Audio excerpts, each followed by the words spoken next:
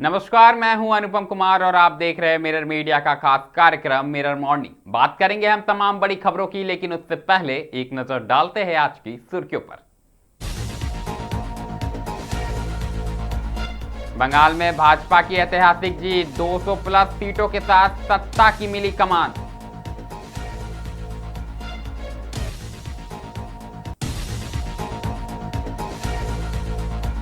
तमिलनाडु की राजनीतिक में बड़ा उलटफेर, विजय की टीवीके का उभार, स्टालिन को करारी हार।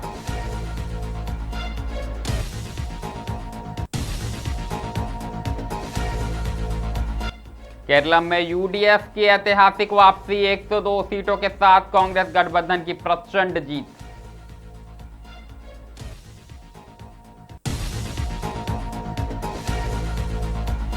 झारखंड में फिर बदला मौसम का मिजाज, तेज आंधी और बारिश का अलर्ट।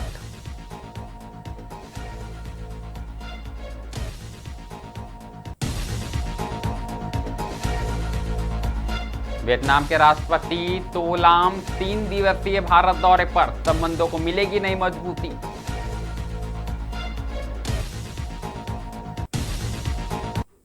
अब खबरें विस्तार से।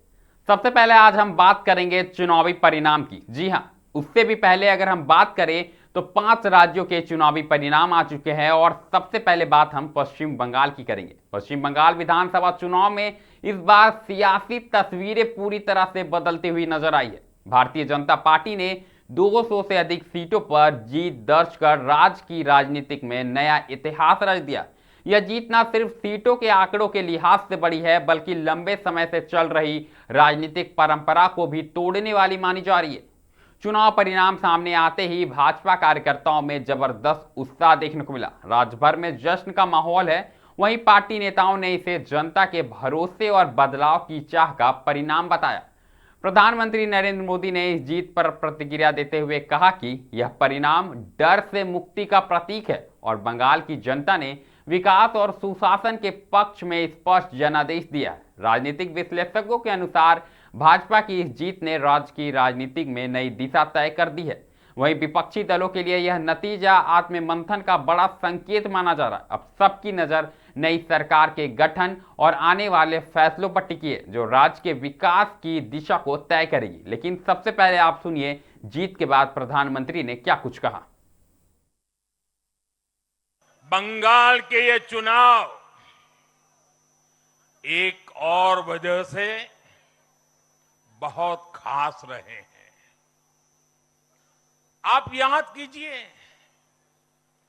बंगाल चुनाव के समय कैसी खबरें आती थी। हिंसा, डर और निर्दोष लोगों की मौतें।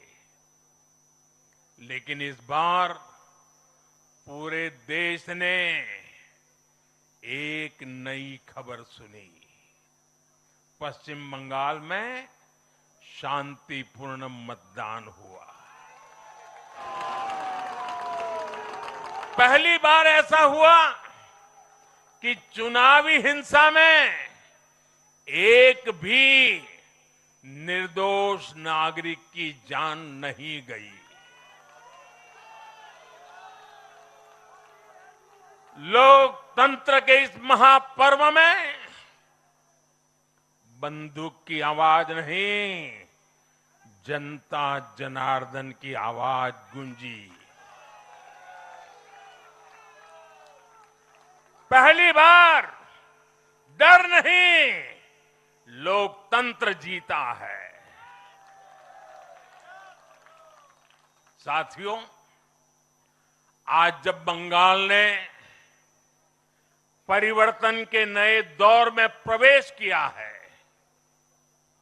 तो मैं बंगाल के हर राजनीतिक दल से एक आग्रह भी करना चाहता हूं। बंगाल में बीते दशकों में राजनीतिक हिंसा की वजह से न जाने कितनी जिंदगियां बर्बाद हो चुकी। मेरा स्पष्ट मानना है कि आज से बंगाल की चुनावी जो आदतें फैली हुई हैं उसमें बदलाव आना चाहिए। पश्चिम बंगाल के बाद हम बात करेंगे तमिलनाडु की। जी हां, तमिलनाडु की राजनीतिक में भी इस बार बड़ा बदलाव देखने को मिला है। आपको बता दें कि अभिनेता विजय की पार्टी तमिलगा वेत्री कंडम यानी टीवीके ने चुनाव में ऐतिहासिक प्रदर्शन कर सभी को चौंका दिया है। राज्य के कई क्षेत्रों में टीवीके ने परंपरागत दलों को कड़ी चुनौती दी। खास तौर पर चेन्नई में एक ऑटो ड्राइवर उम्मीदवार ने टीवीके के टिकट पर चुनाव लड़ते हुए डीएमके और एआईडीएमके के दिग्गज नेताओं को हराकर जीत हासिल की। यह जीत आम लोगों के राजनीतिक में बढ़ते प्रभाव का प्रतीक मानी जा रही है। सबसे बड़ा उलटफेर उस समय देखने को मिला जब मुख्यमंत्री एमके स्टालिन को कोलाथूर सीट पर हार का सामना करना पड़ा। टीवीके के उम्मीदवार बीएस बाबू ने उन्हें कड़े मुकाबले में पराजित कर दिया और राजनीतिक हलकों में हलचल मचा दी। विशेषज्ञों का मानना है कि टीवीके का यह उभार राज्य के पारंपरिक राजनीतिक में बदलाव के संकेत है। युवाओं और आम जनता के बीच विजय की लोकप्रियता ने पार्टी को मजबूती दी, जिससे आने वाले समय में तमिलनाडु की सियासत में नए समीकरण बनते हुए नजर आ रहे हैं।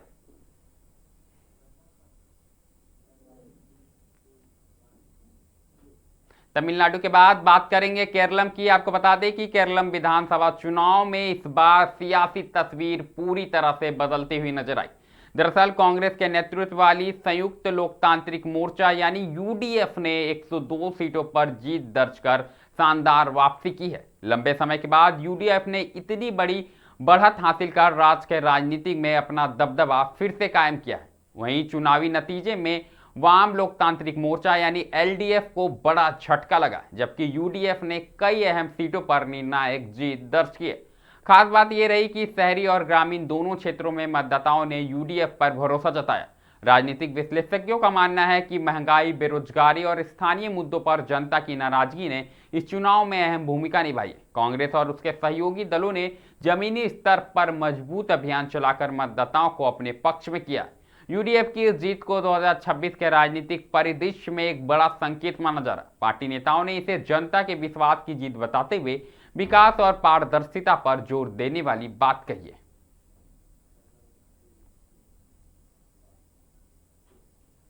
चुनावी माहौल के बाद अब हम बात करेंगे मौसम की। आपको बता दें कि झारखंड में भीषण गर्मी के बीच मौसम ने अचानक करवट ले ली है। मौसम विभाग ने राज्य के कई इलाकों में तेज आंधी और बारिश को लेकर अलर्ट जारी किया, जिससे लोगों को सतर्क रहने की सलाह दी गई है।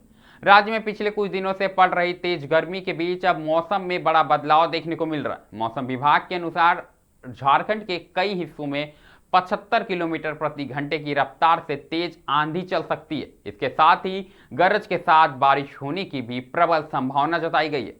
विशेषज्ञों का कहना है कि यह बदलाव पश्चिमी विक्षोभ और स्थानीय मौसम गतिविधियों के कारण हो रही है। तेज हवाओं और बारिश के चलते तापमान में गिरावट आने की उम्मीद है, जिससे लोगों को गर्मी से कुछ राहत मिल सकती है। हालांकि तेज आंधी और बारिश के बीच बिजली गिरने की आशंका को देखते हुए प्रशासन ने लोगों से सावधानी बरतने की भी अपील की है। खुले स्थानों पर जाने से बचने, पेड़ों और कमजोर ढांचों से दूर रहने तथा जरूरी होने पर ही घर से बाहर निकलने की सलाह दी गई है।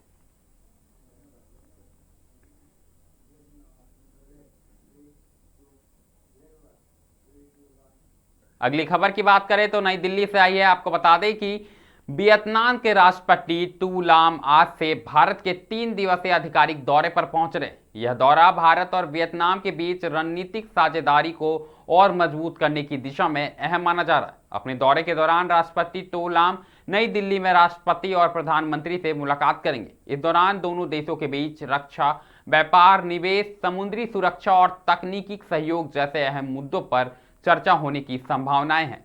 भारत और वियतनाम के संबंध पिछले कुछ वर्षों में लगातार मजबूत हुए, खासकर इंडो पैसिफिक क्षेत्र में सहयोग को लेकर दोनों देशों के बीच सामरिक तालमेल बढ़ा है। इस दौरे के दौरान कई महत्वपूर्ण समझौते पर भी हस्ताक्षर होने की संभावना है, जिससे द्विपक्षीय व्यापार और निवेश को नई गति मिलेगी। विशेषज्ञों का मानना है कि यह यात्रा क्षेत्रीय संतुलन और आर्थिक सहयोग को बढ़ावा देने के साथ साथ चीन के बढ़ते प्रभाव के बीच दोनों देशों के रिश्तों को और भी गहरा करेगी।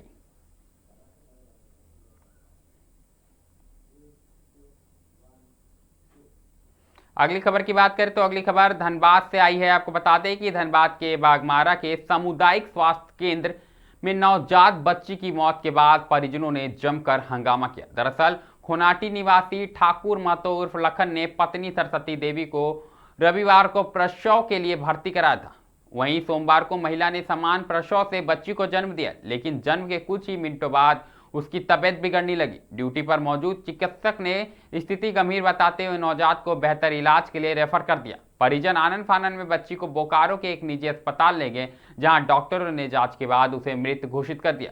इसके बाद आक्रोशित बच्ची के शव के साथ वापस सीएचसी पहुंचे और अस्पताल परिसर में परिजनों ने जमकर हंगामा किया। परिजनों ने आरोप लगाया कि डिलीवरी के दौरान लापरवाही बरती गई और समय पर ऑक्सीजन नहीं मिलने के कारण बच्ची की मौत हुई है। सूचना मिलने पर बागमारा पुलिस मौके पर पहुंची और परिजनों को समझाकर शांत कराया। वहीं परिजनों ने अस्पताल प्रभारी को लिखित शिकायत देकर कार्रवाई की मांग की है।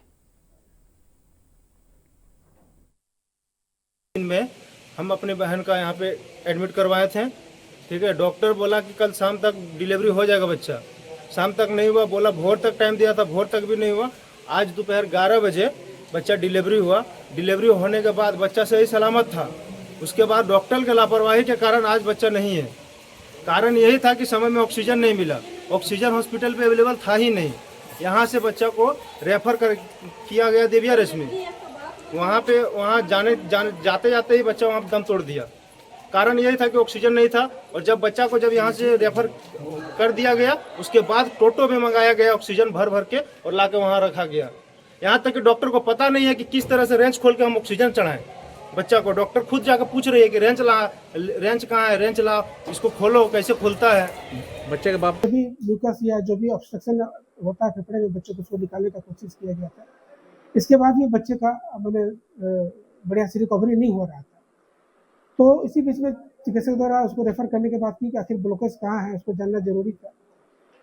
तो ऑक्सीजन की जरूरत पड़ी। तो चूंकि ऑक्सीजन सिलेंडर मेरे पास था, वो तुरंत ही खत्म हो गया या बहुत कम वोल्टेज आ रहा था। तो दूसरा जो ऑक्सीजन सिलेंडर के लिए डिमांड किया गया, तो जब तक दूसरे स्टाफ हमारे दूसरा सिलेंडर ला रहे थे, तब तक बच्चों को हम लोग NBSU में शिफ्ट करके एक ऑक्सीजन कॉन्सेंट्रेटर के माध्यम से हम लोग उसको ऑक्सीजन दे रहे थे। लेकिन बच्चा का रिकवरी उसमें भी बहुत अच्छा नहीं हो रहा था। इसके बाद बच्चों को रेफर करने के लिए बात की कि बच्चों को एक बार कहीं ले जाकर के सदर में या PMCS में दिखाया जाए। लेकिन समय कम था, तो परिजनों द्वारा बोला गया कि एम्बुलेंस 108 को करने में तो टाइम लगेगा, तो अपनी गाड़ी से ही बोलो। अगली खबर की बात करें तो अगली खबर भी धनबाद के बागमारा क्षेत्र से आई है, जहां विकास और ग्रामीणों को बेहतर स्वास्थ्य सुविधा उपलब्ध कराने की दिशा में बागमारा विधायक शत्रुघ्न महतो ने एक बड़ा कदम उठाया। दरअसल विधायक ने डुमरा उत्तर पंचायत के खुदावली में नए उप स्वास्थ्य केंद्र का शिलान्यास किया। इस दौरान संबोधित करते हुए विधायक शत्रुघ्न महतो ने कहा कि इस उप स्वास्थ्य केंद्र के बनने से डुमरा उत्तरा पंचायत आसपास के ग्रामीणों को सीधे तौर पर स्वास्थ्य लाभ मिलेगा। इसके अलावा उन्होंने कहा कि पंचायत स्तर पर स्वास्थ्य सेवाओं का सुदृढ़ीकरण हमारी प्राथमिकता है और अब स्थानीय लोगों को छोटी मोटी बीमारियों के इलाज या प्राथमिक उपचार के लिए शहर की ओर नहीं जाना पड़ेगा। इसके साथ ही उन्होंने कहा कि बागमारा प्रखंड की प्रत्येक पंचायत में उप स्वास्थ्य केंद्र का निर्माण किया जाएगा।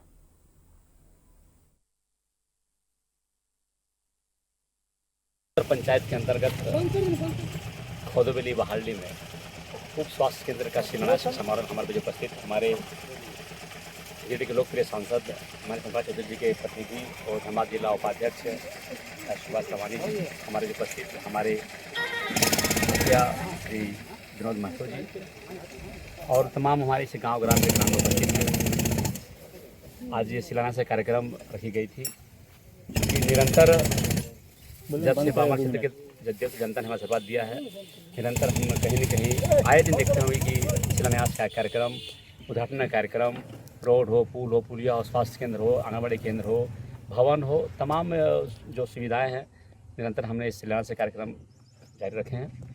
क्योंकि आज स्वास्थ्य केंद्र का उद्घाटन यहाँ किया गया है। निश्चित रूप से इस स्वास्थ्य केंद्र बनने से इस क्षेत्र में जो छोटी मोटी बीमारी संभाल कर सकते हैं, फर्स्ट एड के माध्यम से जो लोग इलाज नहीं करा पाते थे, बागमारा जाना पड़ता था, इधर कतरा जाना पड़ता था, ये स्वास्थ्य केंद्र बनने से निश्चित रूप से लोगों को सुविधा मिलेगी। और जो आसपास के जो लोग हैं, जो छोटी मोटी बीमारी हो, छोटी मोटी तबियत खराब होने से।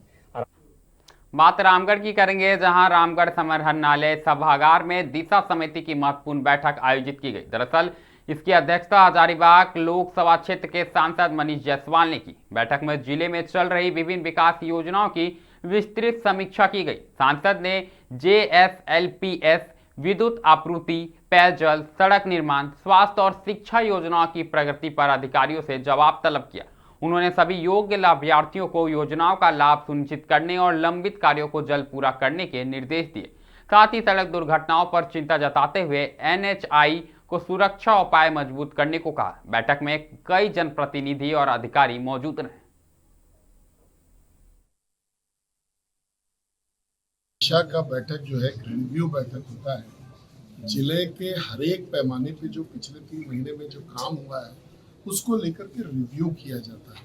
तो हम लोगों ने बहुत सारी चीज़ों को रिव्यू किया, विशेष करके यहाँ पर जो कोयले का, बालू का और पत्थर का जो थेफ्ट है उसके बारे में कार्रवाई तेज हो, उसके लिए दिशा निर्देश दिया गया।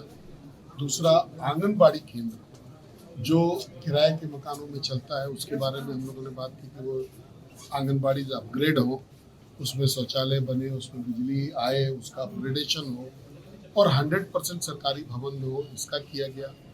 पेयजल जितनी बंद योजनाएं हैं सबका सर्वे करके चालू कराना, सारे चापानलों को ठीक कराना, इसके बारे में चर्चा चला।